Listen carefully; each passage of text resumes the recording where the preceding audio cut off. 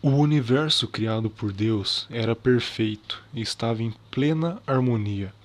Todos os seres viviam em alegria e estavam satisfeitos com sua existência.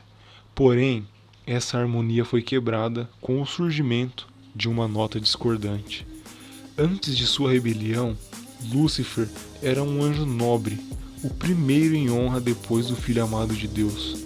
Seu rosto, como o dos outros anjos, era suave e expressava felicidade.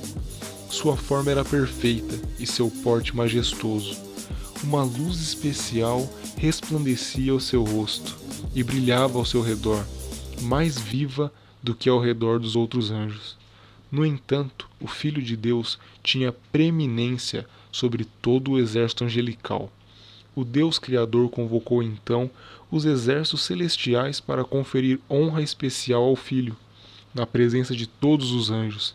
Cristo estava assentado no trono do Pai, e a multidão celestial de santos anjos estava reunida ao redor. O Pai anunciou que Cristo, seu Filho, era igual a ele, de modo que, em qualquer lugar que estivesse presente o Filho, isso valeria por sua própria presença. A palavra do Filho seria obedecida tão prontamente como a palavra do Pai. Portanto, o Filho estava investido de autoridade para comandar os exércitos celestiais. Ele trabalharia especialmente em união com o Pai no plano da criação da terra e de cada ser vivente que devia habitar nela. O Filho cumpriria a vontade e os propósitos do Pai, mas nada faria sozinho. A vontade do Pai seria realizada por meio dele. Lúcifer sentiu inveja e ciúmes do Filho de Deus. Mesmo assim, quando todos os anjos se curvaram diante de Jesus, reconhecendo sua supremacia, grande autoridade e direito de governar, Lúcifer se curvou com eles. Mas seu coração estava cheio de inveja e de rancor. Cristo fazia parte do conselho especial de Deus que tratava dos planos divinos, enquanto Lúcifer desconhecia tudo isso. Ele não compreendia, nem lhe fora permitido conhecer os propósitos de Deus. No entanto, Cristo era reconhecido como soberano do céu. Seu poder e autoridade eram os mesmos de Deus, porque ele era o próprio Deus. Lúcifer se considerava o favorito entre os anjos. Ele era grandemente exaltado, mas isso não despertava nele louvor e gratidão ao Criador. Pelo contrário, ele desejava ser superior ao próprio Deus. Gloriava-se de si mesmo, porque ele sabia que era especial e honrado pelos anjos, e que tinha uma missão especial a desempenhar. Era de se admirar como os anjos obedeciam às suas ordens com entusiasmo. Sua aparência também era gloriosa e brilhante.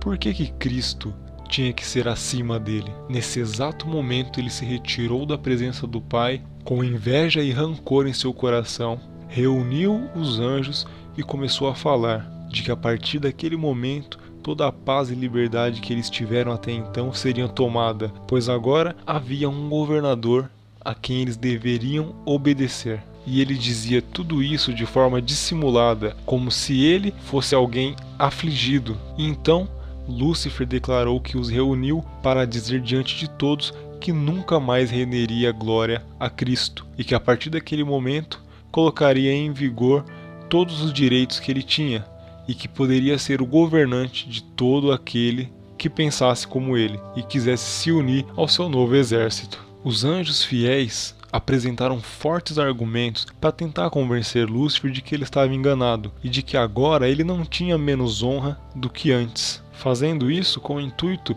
de reconciliá-lo à vontade do Pai novamente. Os anjos insistiam dizendo de que o Cristo sempre esteve com o Pai antes da criação dos próprios anjos e que ele jamais havia dado alguma ordem que não fosse para a alegria dos anjos. Porém, Lúcifer se afastou dos anjos leais e continuou seu trabalho de colocar discórdia entre os anjos. Esses anjos leais ficavam pasmos como ele obtinha sucesso em convencer aos outros anjos a segui-lo. E ao ver as suas primeiras iniciativas dando certo, Lúcifer se vangloriava de que ele teria ainda todos os anjos ao seu lado e que seria como o próprio Deus. E mais uma vez, os anjos leais procuraram advertir Lúcifer de que o Criador de todas as coisas também poderia restituir o poder de quem ele quisesse e punir de alguma forma notável quem se rebelasse contra ele. Em seguida, eles foram ter com os outros anjos que endossaram as palavras de Lúcifer, alertando-os de que ainda era tempo de se arrepender de qualquer pensamento que eles pudessem ter alimentado em suas mentes. Alguns anjos ouviram os anjos leais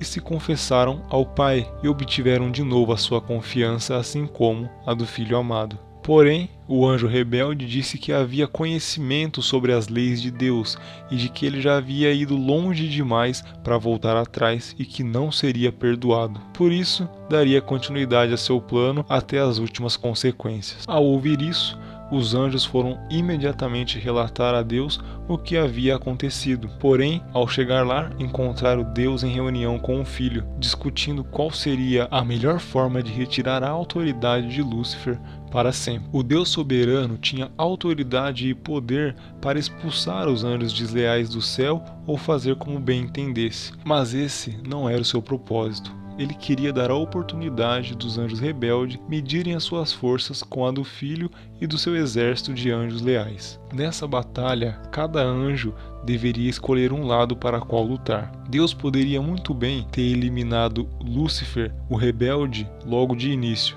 mas ele não quis fazer dessa forma, pois assim ele pôde ver quais anjos estavam descontentes. Mas Deus tomou outra direção, pois ele queria manifestar o seu conceito de juízo e justiça de uma forma distinta, para que ficasse claro para todo o exército celestial. Rebelar-se contra o governo de Deus foi o maior crime. Lúcifer estava se rebelando contra a lei de Deus, que era a base de todo o seu governo. Todo o exército celestial foi convocado para estar diante de Deus e decidir o seu lado. Lúcifer persistiu na ideia de que Cristo não poderia ser superior a ele e que ele não renderia a glória. E persistiu no seu orgulho, dizendo de que ele precisava ter uma audiência com o Pai e entender todos os seus propósitos.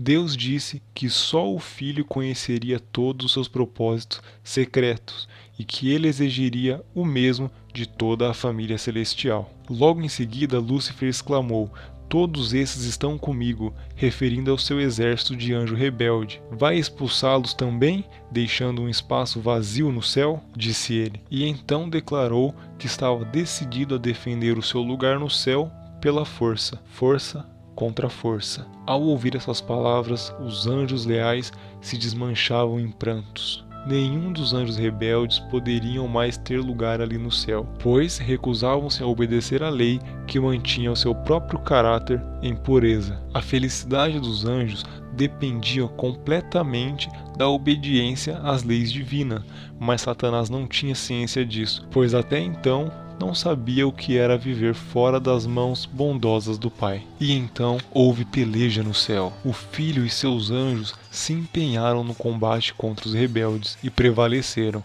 E então todo o mal foi expulso do céu, deixando-o novamente livre de qualquer traço de rebeldia. Essa perca foi sentida pelos anjos, que perderam seus companheiros de felicidade, mas eles entendiam que o melhor havia sido feito. O Pai consultou o Filho com respeito à execução imediata do seu propósito de criar o ser humano para habitar a Terra. A princípio, esse seria submetido a um teste, a fim de ser verificada sua lealdade, para então ser deixado eternamente fora de perigo, se ele suportasse o teste com o qual Deus considerava apropriado prová-lo.